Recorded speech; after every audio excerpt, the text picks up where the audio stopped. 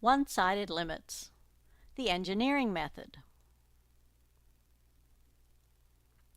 For a civil engineer, there's no such thing as a little mistake. Oops. In calculus, engineering students invented their very own one-sided limit notation. Warning, this method is not necessarily sanctioned by mathematicians. Shh, don't tell.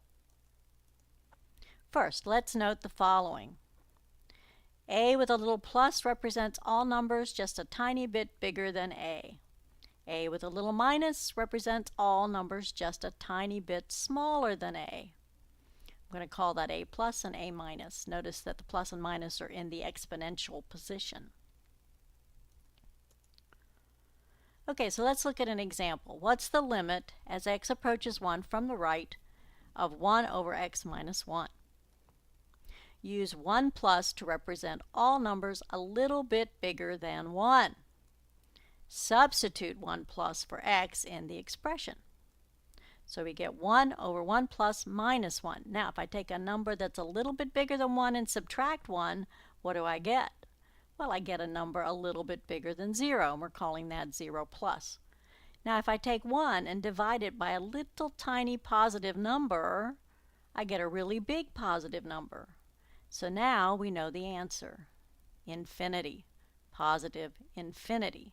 Because as 0 plus shrinks to 0, the answer expands to infinity.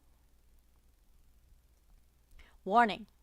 If you get 0 plus or minus over 0 plus or minus, then this method fails, and you're going to have to go back to previous methods from my previous lessons. All right, let's take a look at this one. X approaches 1 from the left. So we substitute 1 minus for x, and 2 times 1 minus is 2 minus. And we get 0 minus over 0 minus, because if I take 2 away from a number a little bit less than 2, I get a number a little less than 0. And if I take 1 away from a number a little less than 1, I get a number a little less than 0. And so this is called indeterminate, 0 over 0, plus or minus. And so we need to go back to a different method. And one of my favorites is to use algebra. So just factor the 2 out of the numerator, and then the x minus 1's cancel for all values of x except 1, and we don't care what happens at 1, we're looking at the limit, and so the answer is 2. Okay, another example. What's the limit as x approaches 3 from the right of the square root of x squared minus 9? Substitute 3 plus for x, and if I square a number a little bit bigger than 3, I get a number a little bit bigger than 9. And if I subtract 9 from a number that's a little bit bigger than 9, I get a number that's a little bit bigger than 0. And the square root of a little tiny positive number is a little tiny positive number, and so my answer is 0. Similarly, same expression, but this time we're taking the limit as x approaches 3 from the left. Again, we substitute 3 minus for x, and when we square 3 minus, we get a number a little bit less than 9, 9 minus. And underneath the radical, then, we get a number a little bit less than 0, because if we take a number a little less than 9 and subtract 9, then we're just a little bit less than 0. Well, we can't take the square root of a negative, so the answer to that one is does not exist. So here's a graph of that last function, y equals the square root of x squared minus 9.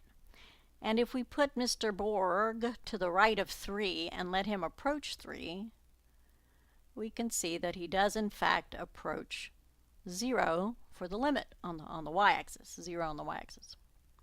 Now on the other hand, if we try to approach from the left, there's nowhere for Mr. Borg to stand, and that's why the limit does not exist. So here's another example. The limit as x approaches 1 from the left of x over x minus 1. Again, we substitute 1 minus for the x's, and if I take a number a little less than 1 and subtract 1, I'm going to be a little less than 0. And meanwhile, the numerator just approaches 1, and if I divide 1 by a little tiny negative, I get a great big negative, and therefore the answer to the limit question is negative infinity. How about if we approach from the right? Well, again, we substitute 1 plus, but this time in the denominator, I'm going to get a number a little bit bigger than 0, and so the answer is positive infinity. All right, here's another one. This one's going to be a little trickier. Try substituting 0 minus, and we get on the bottom, of course, the absolute value of 0 minus is 0 plus. Oh dear, we're getting zeros all over the place, so this method fails. However, if x is negative, then the absolute value of x is the opposite of x. And therefore, we can just use algebra, replacing the absolute value of x with the opposite of x. X plus x is 2x. Cancel the x's, and our limit is 1/2 using algebra. So the limit as x approaches 0 from the left of this expression is 1/2. Let's look at the same expression this time, approach 0 from the right. And this time, the absolute value of x is just x. And so the numerator is approaching 0, but the denominator is always 0. And so what does that mean? Well, the denominator is 0 whenever x is greater than 0. So the limit does not exist. So here's the graph. No points on the right of the y-axis. And if we approach 0 from the left, we're going to be approaching 1/2.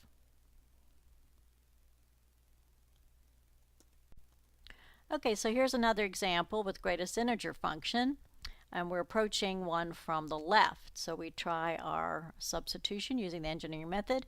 And notice that if we have a number a little bit less than 1, the greatest integer function will round that down to 0, exactly 0. So now we have something a little less than 1 divided by -1.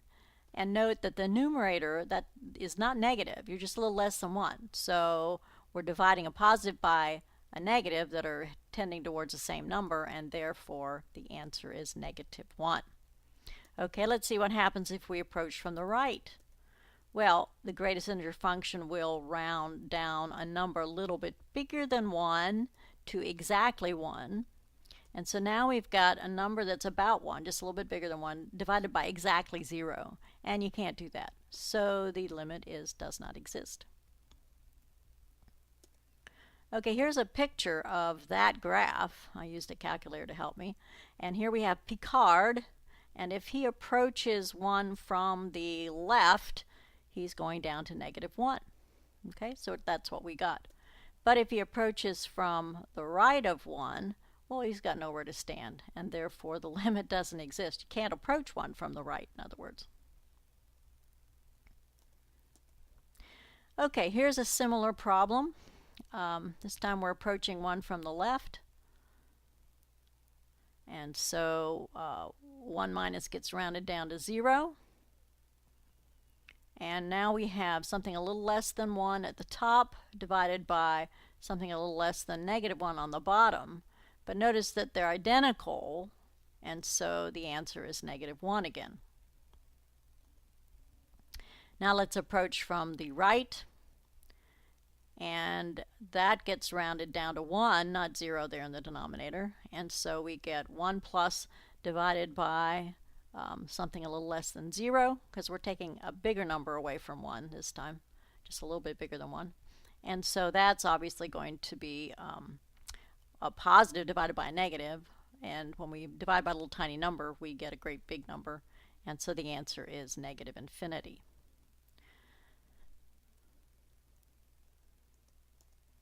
And here's a picture of that graph. And this time we have our Borg back, and they're going to approach 1 from the left and get -1. And if we approach from the right of 1, he goes down forever to -infinity. So the graph corroborates our answer. All right, here's another one. We're approaching -4 from the left, from numbers a little bit less than -4, like -4.1 and so on. We try our substitution, and we get 0 minus over the square root of 0 minus, and hey, we can't have 0 minus in the denominator because it's under the square root. Can't take the square root of a little negative number, and therefore the answer does not exist. Okay, let's try this one. Let's approach from the right. Okay, same kind of deal, except this time we get 0 plus in the numerator and denominator. Well, when you get 0 over 0, remember what I said, this method fails. So what we'll do is we'll do a little algebra, and we find out that this is actually equivalent to the square root of 16 minus x squared by itself. And so now we can go back to the engineering method, and we end up with, when we square a little number bigger than -4, that would be like -3.9, for example, then we get something a little bit less than 16, and when we subtract that from 16, we get something a little bit bigger than 0, and therefore the answer is 0.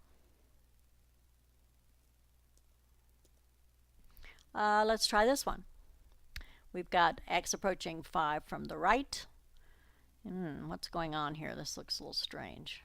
Notice that the numerator is negative, but the denominator is positive, so our answer has to be either undefined or negative.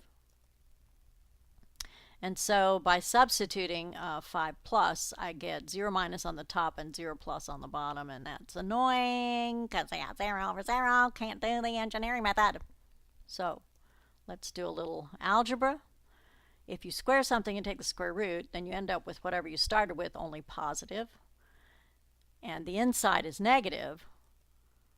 So in order to make it positive, we have to take the opposite of it, and that's equal to -1. So our limit here is -1. So now we have a toolbox with different methods of figuring out limits. Okay, so in our toolbox we have graphs that we can use. We have the method of inspection from an earlier lesson and using tables, which we looked at in an earlier lesson.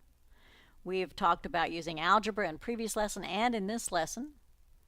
And now you've got the engineering method. And of course, there are tricks, Jedi math tricks. And we can use the idea of Star Trek and the little characters on the graph to help you as well. And so now it's your turn to work some problems. Remember that practice makes better. And I'll see you again on the 4th and final lesson about limits.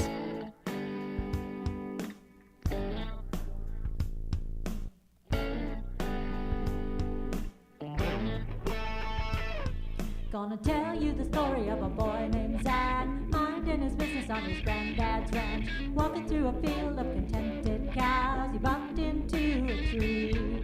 Well, Zach was a strong, athletic youth. He did what any other boy would do. Took a deep breath and began to climb. Didn't know that he would be climbing, climbing,